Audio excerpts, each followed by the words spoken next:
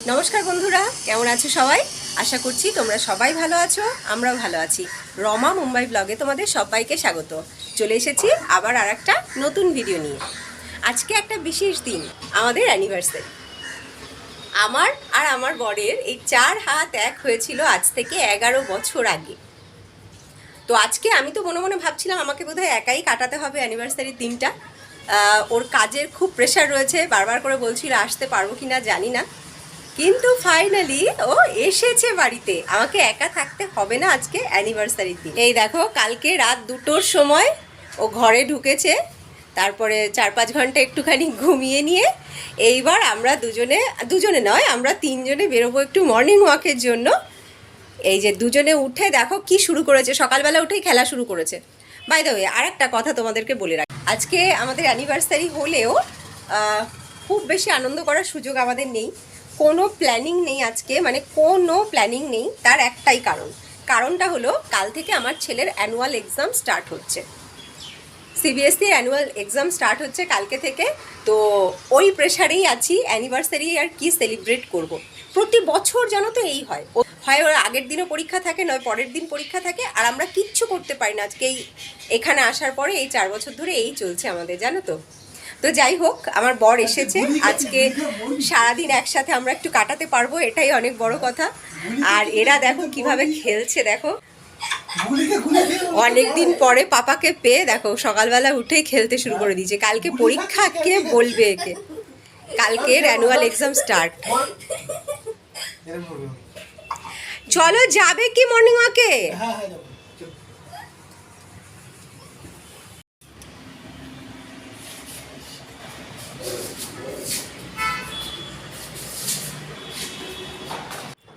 বেরোচ্ছি আমরা 3জনেই, একটুখানি হেঁটে আসি। সকালবেলা না ফ্রেশ হাওয়ায় বাইরে হাঁটতে সত্যি ভীষণ ভালো লাগে। আর আমাদের এটা বরাবর অভ্যাস, আমাদের বিয়ের পর থেকেই আমরা এরকম সকালবেলা একটু হাঁটতে বেরোতাম। যেদিন খুব তাড়াহুড়ো বা যেদিন খুব কাজের প্রেশার বা যেদিন উঠতে দেরি হয়ে গেছে, সেই দিনগুলো বাদ দিয়ে আমরা কিন্তু এটা চেষ্টা করি বেরোনোর জন্য সকালবেলা একটুখানি। আমরা চলে এসেছি একটা গার্ডেনে। তবে এই গার্ডেনে না কিছুদিন আগে দেখেছিলাম কাজ চলছে, কিছু নতুন করে হয়তো ডিজাইন তৈরি করছে বা রিপেয়ারিং কিছু করছে, যাই হোক কাজ চলছিল। সিমেন্ট খোয়া ঠোয়া সব রয়েছে, ওদিকে মিস্ত্রিরাও বসে আছে, কাজ কমপ্লিট হয়নি। আমরা এখানে আজকে হাঁটতে পারবো না, তো আমাদেরকে এখান থেকে এবার বেরোতে হবে। গার্ডেনটা কিন্তু খুব সুন্দর গার্ডেন, ভীষণ সুন্দর ডিজাইন করা, বেশ ভালো বড় আছে। যাব না তা কোথায়?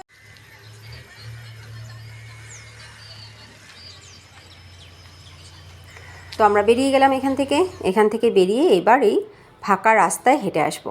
আর এই রাস্তাটাও কিন্তু মর্নিং ওয়াকের জন্য একদম পারফেক্ট, একদম ফাঁকা ফাঁকা থাকে। আর এটা কিন্তু আমাদের মানে মেইন সিটি থেকে একটুখানি আউটসাইডে বলা যেতে পারে। আমার দুটো সাদা হাতির শখ ছিল। কেন গো? না, রাখার জায়গা নেই বলে না, আমার সাদা হাতির শখ ছিল। সুন্দর সুন্দর ফ্লাওয়ার গাছ, সুন্দর সুন্দর জিনিস আছে। হ্যাঁ, চলো খেতে পারি নিলে এই ধরনের ফুলের গাছ। কোন ধরনের? কোনগুলো? ওইগুলো? হ্যাঁ, ওতে ওই ওই যতগুলো করি আছে না, ওই মর্নিং ওয়াক সেরে ফেরার পথে এই নার্সারিটা পড়ছে রাস্তায়। এই রাস্তাতেই পড়ে নার্সারিটা কিন্তু খুব বেশি বড় নয়, তবে এতে প্রচুর গাছ, প্রচুর ঠাসাই করা গাছ আছে, নানান রকমের গাছ। কোনগুলোকে? জুঁই ফুল, দারুণ গন্ধ। খুব সুন্দর সুন্দর নানান রকমের ফুলের গাছ আছে, কিন্তু এত বেশি দাম চায় যে নেওয়ার উপায় নেই। আর আমি এখন নেবও না, কারণ আমার এমনিতে প্রচুর চারা হয়ে রয়েছে, নয়নতারার এবং দোপাটিরও চারা হয়েছে, সেগুলোকেই আমাকে রিপোর্ট করতে হবে। এখানে গাছ ছাড়াও আরও নানান রকমের জিনিস আছে, যেগুলো দেখতে খুবই ভালো লাগছে, নিতেও চাইছিলাম। যাই হোক, কিন্তু আজকে আর নেব না, আজকে দেখলাম সব। এবার আমরা বাড়ির দিকে রওনা দিই। চলে এসেছি আমরা ঘরে, আমরা এই ঘরে ঢুকছি সবে।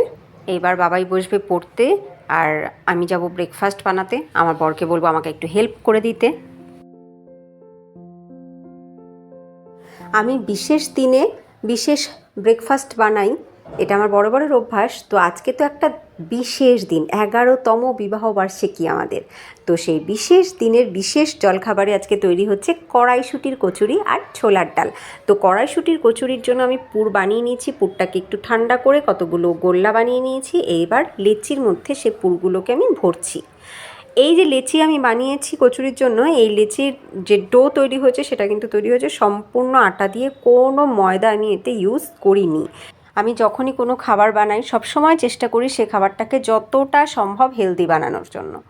আর কিছু মুখরোচক খাবার তো অবশ্যই খাই, তবে সেগুলোকেও খাই কিন্তু ওরকম অকেশনাল পারপাস, যাতে সেগুলো ভীষণ রেয়ারলি খাওয়া হয়, কম খাওয়া হয়। তো হয়ে গেছে আমার সব কটা লেচি রেডি। এইবার এদিকে আমার ছোলা ডালও কিন্তু আর একটু ফুটে গেলেই রেডি হয়ে যাবে। আমি একে একে কচুরিগুলোকে ভেজে নিচ্ছি। দেখো, আটা দিয়ে বানানো কড়াইশুঁটির কচুরি কি দারুণ ফুলছে, আর কালারটাও কিন্তু দারুণ আসছে। আর এই কচুরি কিন্তু ততটাই খাস্তা থাকবে যতটা কিন্তু ময়দার বানানো কচুরি থাকে। আমি আটার ডোটা তৈরি করার সময় আটা নিয়েছি, তার সাথে অর্ধেকেরও কম সুজি নিয়েছিলাম, তার সাথে লবণ আর সামান্য একটুখানি চিনি আর সামান্য একটুখানি সাদা তেল দিয়ে খুব ভালো করে মিশিয়ে নিয়ে তারপরে জল দিয়ে আমি মেখেছিলাম। একটা নরম ডো বানিয়ে বেশ কিছুক্ষণ আমি ঢাকা দিয়ে রেখে দিয়েছিলাম। কড়াইশুঁটির পুরটা আমি বানিয়েছিলাম একটুখানি আদা, কাঁচা লঙ্কা, নুন, সামান্য হলুদ, সর্ষের তেলের মধ্যে হিং ফোড়ন দিয়ে তাতে নাড়াচাড়া করে কড়াইশুঁটির পুরটাকে বানিয়ে নিয়েছিলাম। কড়াইশুঁটির পুরটা ঠান্ডা হওয়ার পরে আমি কিন্তু আটার ডোয়ের মধ্যে বা আটার লেচির মধ্যে সেই পুর ভরেছি। পুর ভরা কচুরি বেলবার সময় আমার একটু বেরিয়ে যায়নি, আর ভাজার সময়ও দেখো তেল কিন্তু একটুও নোংরা হলো না। প্রত্যেকটা কচুরি একদম বলের মতন ফুললো এবং দারুণ কচুরি, খাস্তা কচুরি ভাজা হয়ে গেল। সব কটা কচুরি ভাজা কমপ্লিট, দারুণ কচুরি তৈরি হয়ে গেছে। আমার ছোলার ডালও রেডি, আমাদের ব্রেকফাস্ট টেবিল রেডি। এই দেখো, এটা হচ্ছে ফাঁকিবাজির নমুনা। আমরা একটাই প্লেটে খাবার নিয়েছি, একটাই প্লেট থেকে কচুরি নিয়ে নিয়ে খাচ্ছি। 3টে বাটিতে ছোলার ডাল নিয়েছি যাতে আরও 2টো এক্সট্রা প্লেট ধুতে না হয়। তো একে বলে ফাঁকিবাজি, তোমরাও শিখে নাও, কষ্ট কম হবে। আমরা খাচ্ছি, সত্যি বলছি কচুরি কিন্তু দারুণ হয়েছে, একটু পুর কোথাও থেকে বেরিয়ে যায়নি, পুর একদম ভর্তি। ইটসেলফ কচুরিটার টেস্ট কিন্তু অসাধারণ, আর ছোলার ডাল দিয়েও খেতে কিন্তু দারুণ লাগছে। এক কথায় জমে গেছে আমাদের অ্যানিভার্সারি স্পেশাল ব্রেকফাস্ট।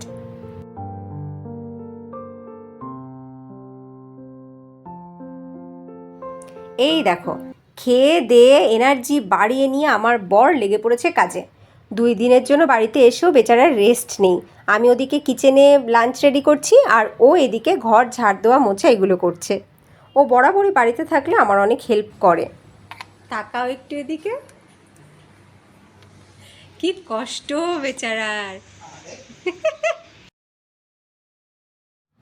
চলে এসেছি লাঞ্চ টেবিলে।